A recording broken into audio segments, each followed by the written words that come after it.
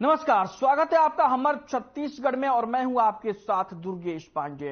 खबर अंबिकापुर से है, जहां मुख्यमंत्री भूपेश बघेल महामाया एयरपोर्ट पहुंचे। आपको बता दें कि सीएम भूपेश बघेल के साथ स्वास्थ्य मंत्री टीएस सिंहदेव भी मौजूद रहे। वहीं सीएम के वहां पहुंचने पर खाद्य और संस्कृति मंत्री अमरजीत भगत और तमाम स्थानीय जनप्रतिनिधियों ने उनका स्वागत किया।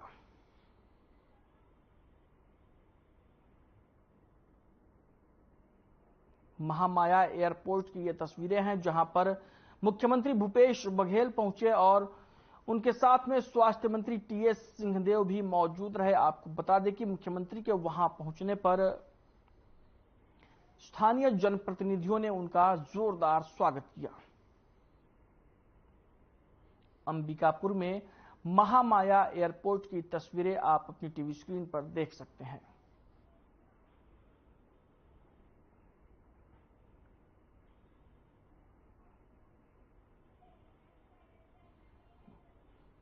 खबर अंबिकापुर से है, जहां सीएम बघेल ने रनवे देखा और गुणवत्ता युक्त कार्य तय समय पर पूरा होने पर अधिकारियों की प्रशंसा की।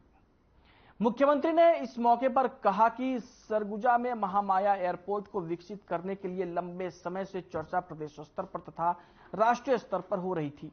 मैं हमेशा स्वास्थ्य मंत्री टीएस सिंह से और खाद्य मंत्री अमरजीत भगत से इस संबंध में चर्चा करता था। मुख्यमंत्री ने कहा कि 3 दिनों के बाद जीडीसीए की टीम यहां निरीक्षण करने के लिए आने वाली है। इसके तुरंत बाद हम लाइसेंस के लिए आवेदन लगा देंगे। और जब आवश्यकता पड़ेगी तो निश्चित रूप से अभी तो जो 374 एकड़ जो जमीन है उसी में बनाया गया है। अब बड़े प्लेन उतारने के लिए कुछ लंबाई की आवश्यकता पड़ेगी, उसके लिए भी कार्य योजना बनाने के निर्देश मैंने अधिकारियों को दे दिया है। और दूसरी बात, 3 दिन बाद डीजीसीए के अधिकारी आने वाले हैं, ऐसी जानकारी मिली है। निरीक्षण करेंगे और निरीक्षण करने के बाद हम लाइसेंस के आवेदन लगाएंगे और 25 दिन के भीतर में फिर वो स्वीकृति मिल जाती है और तब ये एयरपोर्ट है बड़े प्लेन के उतरने आने जाने के लिए तैयार रहेगा। जो यात्री हवाई यात्रा के लिए ये उपलब्ध रहेगा। और उसके बाद हम लोग सुझाव यही रहेगा भारत सरकार से, जो एयरलाइंस चलने वाले हैं रायपुर, अंबिकापुर, बनारस, दिल्ली, 3 दिन बनारस जाए, 3 दिन दिल्ली जाए। मैं समझता हूं कि यहाँ सरगुजा संभाग के लोगों के लिए बड़ा लाभकारी होगा। दूसरा ये है कि इस एयरपोर्ट बनने से और हवाई यात्रा शुरू होने से अब निजी विमान भी उतर पाएंगे। पर्यटन के लिए बहुत ही अभूतपूर्व संभावनाएं सरगुजा संभाग में है। इससे खूबसूरत इलाका शायद हिंदुस्तान में ढूंढेंगे तो ऐसी खूबसूरती दूसरी जगह शायद देखने को मिलेगी जो हमारे सरगुजा संभाग में है। चाहे जसपुर जाइए, कोरिया जाइए, बलरामपुर जाइए, हर जगह खूबसूरती बिखरी पड़ी है और उसके लिए भी लगातार सरकार काम कर रही। पर्यटन की दिशा में भी, एडवेंचर टूरिस्ट के लिए भी, जैसे वहीं जनता कांग्रेस छत्तीसगढ़ जे के बिलासपुर जिले में गठित संगठन के सभी पदाधिकारियों ने अमित जोगी को अपना इस्तीफा सौंप दिया।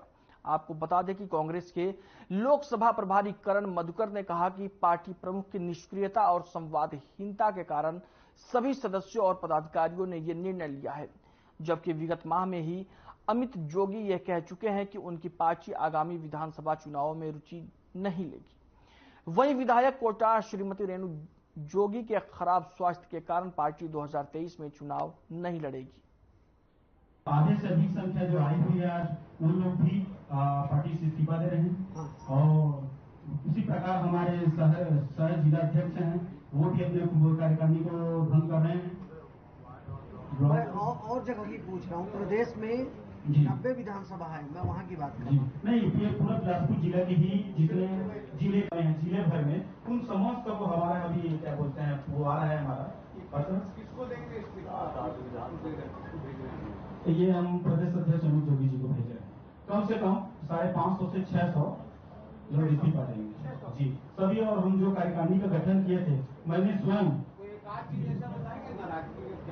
नाराजगी का जी, नाराजगी का मुख्य कारण है और शून्य रणनीतिकरण। हमारे जो ग्रामीण क्षेत्र के जो हमसे जुड़े हुए लोग हैं या पार्टी में हमने जो सदस्यता बनाई है, वो कहीं न कहीं आशा रखते हैं कि प्रदेशाध्यक्ष से या उसके एक परिवार में कोई विषम परिस्थितियां होती है तो हमारे ऊपर वो आशा लगाए रखते हैं। लेकिन वर्तमान परिस्थिति में जो पार्टी की रणनीति है वो चूंकि दुश्मनी है और लोग चूंकि जो कार्यकर्ता जो पदाधिकारी है वो तो सब सक्रिय हैं, लेकिन पार्टी से कोई ऐसी नीति कोई रणनीति नहीं बन पा रहा है जिनको हमारे जो पदाधिकारी सब पालन नहीं, ऐसा कोई परिस्थिति नहीं, ऐसा कोई परिस्थिति नहीं है, न मुझे उसकी जानकारी का कोई पता है। लेकिन जो हमारे जो निराशा है जो पदाधिकारियों को लिए, इसके कारण हम पार्टी को आपने दो तीन बार मतलब कहीं से इशारा मिला या दिल से नहीं, लगातार इस चीज की कोई परिस्थिति अभी नहीं है, लेकिन जाएंगे। अभी नहीं, अभी ऐसा अभी नहीं है, लेकिन जाएंगे। नहीं, विचार अभी ऐसा नहीं है सर, लेकिन उनके नेतृत्व को हम याद करते हैं। यकीनन स्वर्गीय योगी जी के बाद सम्मानित धर्मजी जी के समक्ष हम पार्टी के पद और सदस्यता से इस्तीफा देते हैं, क्योंकि हमारे जो भी कार्यकारिणी में विभिन्न वार्ड विभिन्न ब्लॉक में हमने कार्यकारिणी बनाई थी, कम से कम 500 से 600 हर विंग के लोग अपने कार्यकारिणी का गठन किया था। वह कार्यकारिणी को विभिन्न कार्यकारिणी को हम भंग करते हुए इस पार्टी के पद और सदस्यता से इस्तीफा देते हैं। कितने लोग छोड़ रहे हैं, संख्या तो बता सकते हैं पूरे जिले में? जी, बिलासपुर जिले में कम से कम हमने हर ब्लॉक और हर विधानसभा में 8 से 10 हमने पदाधिकारी का गठन किया था।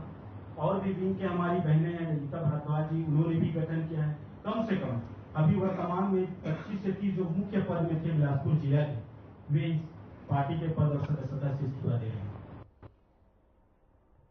जनता कांग्रेस छत्तीसगढ़ जे के बिलासपुर जिले में गठित संगठन के सभी पदाधिकारियों ने अमित जोगी को अपना इस्तीफा सौंप दिया। इसे मामले को लेकर जनता कांग्रेस छत्तीसगढ़ जे के पदाधिकारियों ने क्या कुछ कहा, चलिए जानते हैं। अनुसूचित जाति जनजाति की जो महिलाएं हैं, जो बच्चे हैं, जो लोग हैं, उनका उत्थान इसलिए उन्होंने पार्टी का गठन किया था और आगे बढ़ भी रही थी। कहाँ दिशाहीनता संवादहीनता आ गई? जी सर, अभी तक तो योगी जी को जो बताई है मैं आपको कि विचारधारा हमें तो डूबता हुआ नजर आ रहा है, अभी तक काम एक दिख भी नहीं रहा है, बिल्कुल भी अभी शून्य के कगार पे है। और हम लोगों ने कई बार इसे अवगत कराने की कोशिश की। अच्छा, जोगी भी रुचि दिखा रही थी, मस्तूरी क्षेत्र में अमित के साथ पदयात्रा भी कर रही थी, आप लोग से कभी बात नहीं हुई इस विषय? सर अभी तो दौरे में मैं भी जाती थी भाभी के साथ में, ऋचा जोगी जी के साथ में। मैं भी कंटिन्यू दौरों में रही, कोटा में रही और अपना यहाँ अकलतरा में रही हूँ। काफ़ी जगह उनके साथ मैं भी कंटिन्यू दौरे में बनी रही। तो अभी वो कोई कंफर्म नहीं बता रहे हैं कि कहाँ से मतलब चुनाव लड़ेंगे या क्या करेंगे, इस चीज़ की हमें जानकारी नहीं है। इस्तीफे जैसा निर्णय क्यों लेना पड़ गया? इस्तीफा जैसा निर्णय हम नहीं चाहते थे कि हम पार्टी छोड़ें, पर हम कहीं ना कहीं मजबूर हो गए हैं पार्टी को छोड़ने के लिए, क्योंकि हम जिस तरीके से सोचे थे कि आगे जिस तरीके से जोगी जी की विचार थी और पार्टी में वैसा माहौल हमें देखने के लिए मिलेगा ऐसा करके, लेकिन जब से जोगी जी नहीं रहे तब से हम लग रहा है कि यहाँ विचारधारा भी नहीं रही जोगी जी के साथ साथ। बड़ा कठिन निर्णय होता है कि एक साथ सारे सदस्यों का इस्तीफा किसी पार्टी से। देखिए क्या होता है, जब किसी भी चीज़ से जो पार्टी के कार्यकर्ता और पदाधिकारी जब एकदम शोषित हो जाते हैं और बहुत ज़्यादा उदास हो जाते हैं या बहुत ही ज़्यादा जो निर्णय उनके द्वारा लिया जाता है वो आगे नहीं बढ़ पाते हैं, तब ये फिर हम पूरे कार्यकारिणी के मतलब कार्यकर्ताओं और पदाधिकारी मिलकर एक निर्णय लेते हैं इस्तीफा देने का। अमित जोगी से भी बड़ा चेहरा धर्मजी सिंह का था और आप सब उनके नेतृत्व में धरना प्रदर्शन आंदोलन कर चुके हैं और काम भी कर चुके हैं। भारतीय जनता पार्टी से भी उनको ऑफर है और कांग्रेस से भी, जाएंगे उनके पीछे? नहीं, अभी देखिए हम किसी पार्टी को में जाने का निर्णय नहीं लिए हैं, लेकिन हाँ अपितु भविष्य में अगर हमको ऐसा लगता है कि कोई पार्टी है जो छत्तीसगढ़ या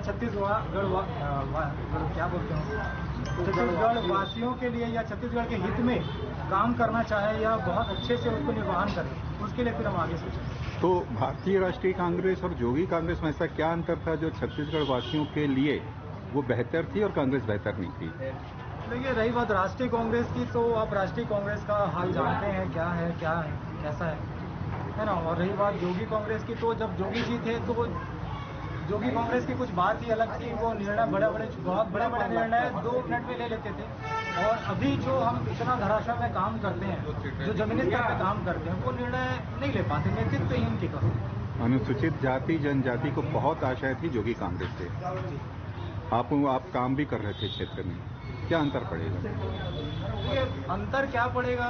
ऐसा है कि पार्टी तो रहेगी, लेकिन जो मेन रूप से बिलासपुर के जो लोग हैं, बिलासपुर के जो पूरे विंग के लोग थे, जैसे यूथ विंग हो गई और भी हैं अल्पसंख्यक विभाग के भी जो लोग हैं, और हमारे वरिष्ठ ग्रामीण के जिला उपाध्यक्ष भी हैं, महिला मोर्चा के जिला अध्यक्ष भी हैं, वो हट जाएंगे तो बिलासपुर एक तरीके से बिलासपुर का जो मेन जिला है वो धराशायी है। बीजापुर शहरी क्षेत्र में गोठान से महिलाओं के द्वारा वर्मी कंपोस्ट खाद बनाया जा रहा है, जिसमें 28 महिला कार्यरत हैं और 2 स्वयं सहायता समूह की महिलाएं हैं। इन महिलाओं के द्वारा कंपोस्ट खाद बनाई जाती है, जिससे फसलों में बहुत फायदा होता है। आपको बता दें कि इन महिलाओं के द्वारा और भी काम हो रहे हैं, जैसे कि मछली पालन और सिंग भाजी लगाना। बिना केमिकल के और बिना किसी फर्टिलाइजर के ये लोग खेती कर रहे हैं और दूसरे काम कर रहे हैं।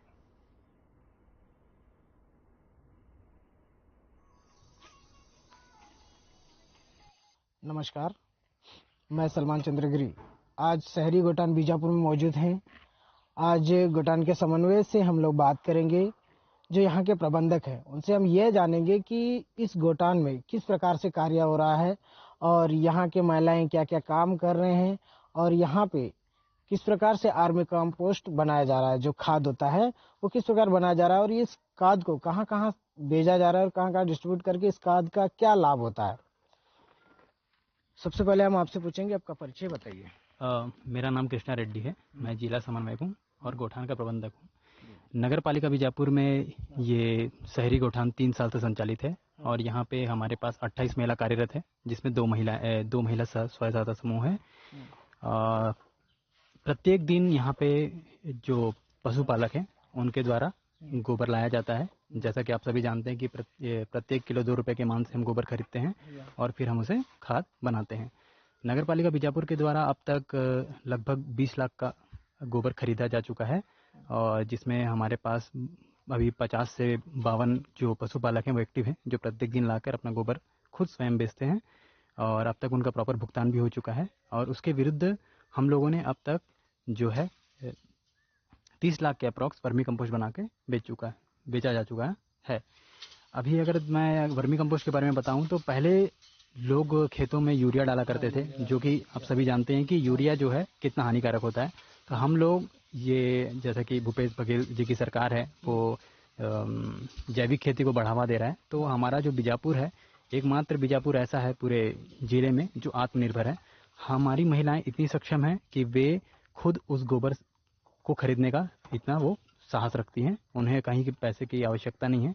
वे खुद वो कंपोस्ट बनाती हैं, उसका पैसा अर्जित करती हैं, फिर उनसे गोबर खरीदती हैं और फिर उससे कंपोस्ट बनाती हैं।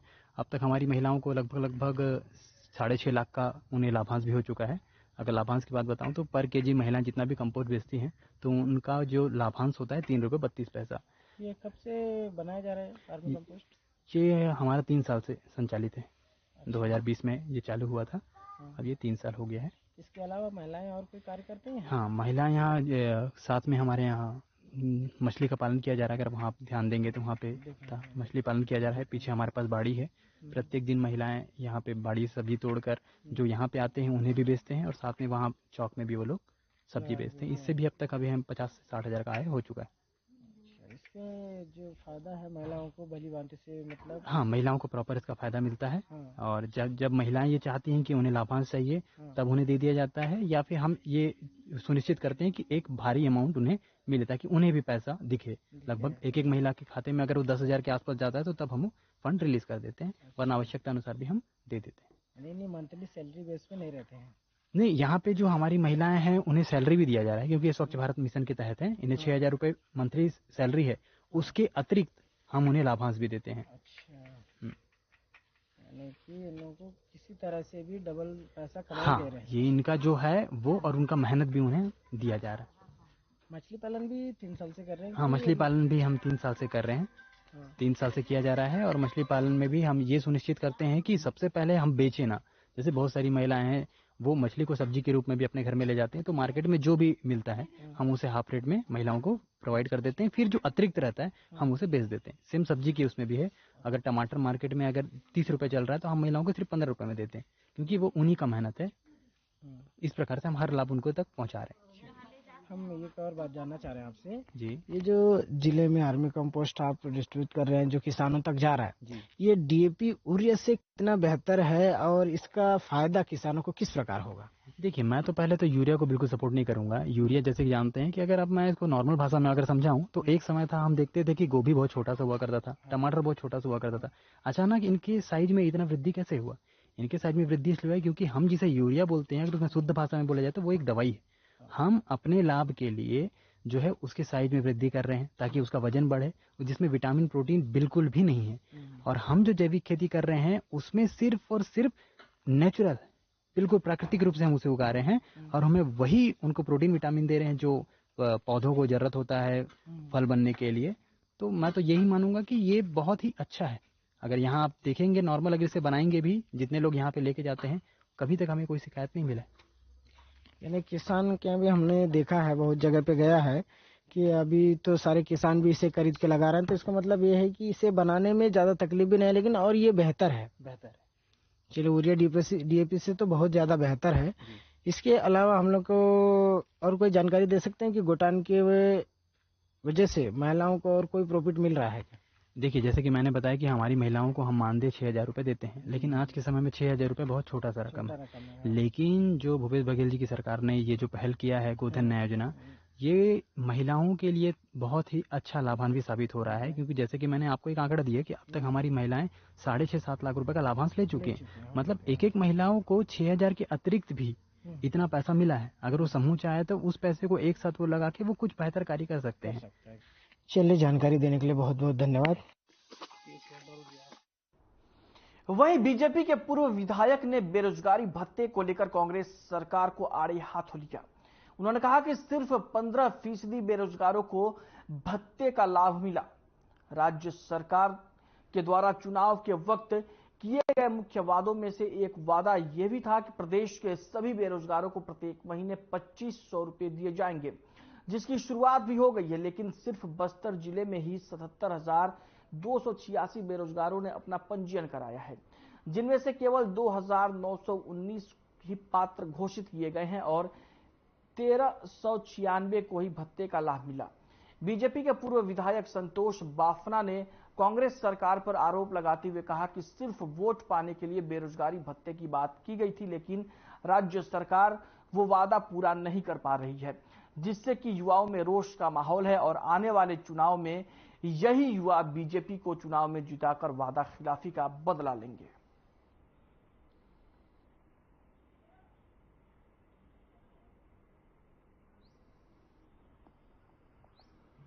4.5 साल पहले जब कांग्रेस की सरकार बनी थी, इस लालबाग के मैदान में उनके सबसे बड़े नेता राहुल गांधी ने गंगा जल हाथ में लेके झूठी कस्में खाई थी और 36 बिंदुओं का एक घोषणा पत्र निकाला था। और 36 बिंदुओं के घोषणा पत्र में जितनी बातें हैं वो समझता हूं कि कोई भी बातें वो पूर्ण करने की स्थिति में नहीं है।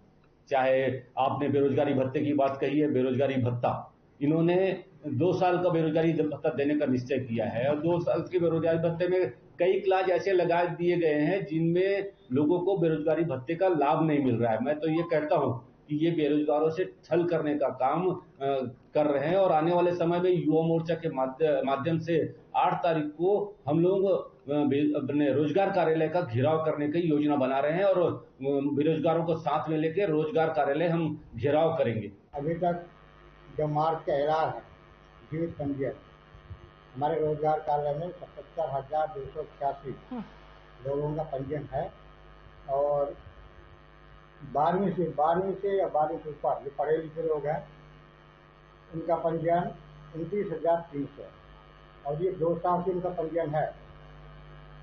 ये पात्रता रखते हैं लेकिन अभी किसी कारणवश ये लोग आवेदन नहीं दे पाए हैं। 30 अप्रैल की स्थिति में 2919 लोगों ने बेरोजगारी भत्ता के ऑनलाइन आवेदन किया है। उनमें से 1396 का स्वीकृति मिला है। इनको 1 अप्रैल महीने का इनको बेरोजगारी भत्ता हस्तांतरित हो गया। वहीं भारत गौरव टूरिस्ट ट्रेन के द्वारा दक्षिण भारत शुभ यात्रा का शुभारंभ किया गया। IRCTC द्वारा पूरे भारत में चारों तरफ से यात्रा आयोजित की गई है। प्रधानमंत्री नरेंद्र मोदी के एक भारत श्रेष्ठ भारत योजना के परिपालन में ये यात्राएं शुरू की गई हैं। अगले 5 साल तक IRCTC पूरी सुविधाओं के साथ पूरे देश में परिचालित करेगा और 25 मई से ये यात्रा बिलासपुर से दक्षिण भारत जाएगी। 15,500 रुपये में 8 दिनों का ये सफर पूरा होगा। वरिष्ठ और एकल यात्रियों के लिए आवश्यक सहयोग और सुविधाएं उपलब्ध रहेंगी। मेडिकल सुविधाएं और व्यक्तिगत सहायक भी उपलब्ध होगा। भारत गौरव टूरिस्ट ट्रेन में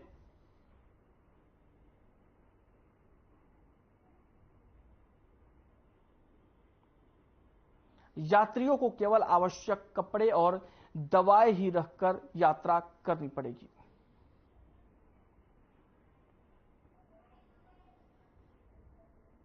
ये प्रेस मीट कंडक्ट करने का मुख्य उद्देश्य है कि IRCTC Indian railway catering corporation limited एक भारत श्रेष्ठ भारत योजना के स्कीम के अंडर में भारत गौरव टूरिस्ट ट्रेन लॉन्च किया। ये पहली बार ये बिलासपुर से भारत गौरव टूरिस्ट ट्रेन हम लोग लॉन्च किया है। ये ट्रेन प्रधानमंत्री के नई योजना स्कीम है, एक भारत श्रेष्ठ भारत स्कीम, और इसमें एक भारत श्रेष्ठ भारत स्कीम में देखो अपना देश के दिखाने के लिए हम लोग ये भारत गौरव टूरिस्ट ट्रेन को हम लोग लॉन्च किया गया। ये ट्रेन है एक्सक्लूसिव टूरिस्ट ट्रेन है। इसमें ये पैसेंजर ट्रेन ही है, आप इसमें देख सकते हैं, इसको आपके हर ब्रोशर में देख सकते हैं। एक्सक्लूसिव टूरिस्ट ट्रेन है ये, आपको पूरा बिना रैपिंग भी ऐसे रहेगा।